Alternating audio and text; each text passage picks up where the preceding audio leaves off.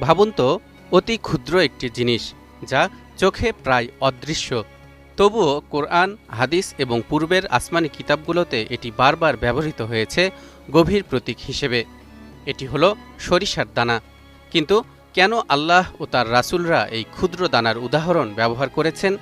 আপনি কি জানেন এক ছোট সরিষার দানার ভেতর কতটা শক্তি লুকিয়ে থাকে?